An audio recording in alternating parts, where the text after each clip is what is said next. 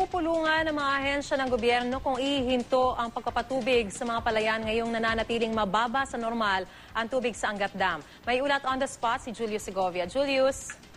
Maris, patuloy ang pagbaba ng water level sa Angat Dam ngayong alas 12 ng tanghali. Naitala ito sa 177.75 meters above sea level. Mas mababa na ito sa 178-meter level na benchmark ng National Water Resources Board o NWRB para putulin ang patubig sa irigasyon. Kaya muling magpupulong ang board kasama ang iba pang ahensya ng gobyerno para pag-usapan kung ititigil na ulit ang water supply sa mga palayan. Nitong Sabado, Maris, binalik ng NWRB ang water allocation sa mga irigasyon sa Bulacan at Pampanga kahit mababa pa sa 180-meter normal level ang tubig sa Angat Dam. Kaya nainalmahan ng dalawang water concessionaires, nangangambang Maynilad at Manila Water na baka magkaroon ito ng epekto sa supply ng tubig sa Metro Manila.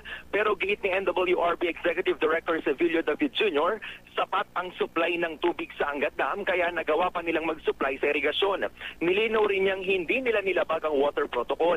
May kakayahan naman daw talaga ang board na bigyan ng alokasyon ng irigasyon kahit pa below minimum operating level ang Angat Dam. Binabalanse raw nila ang pangangailangan ng lahat ng sektor. Bukas o sa Miyerkules, posibleng mag-convene ulit ang board para pag-usapan kung itutuloy o ititigil na ang patubig sa mga palayan. Yan muna, Maris, ang pinakasariwang balita mula pa rin sa Quezon City. Balik sa iyo. Maraming salamat, Julius Segovia.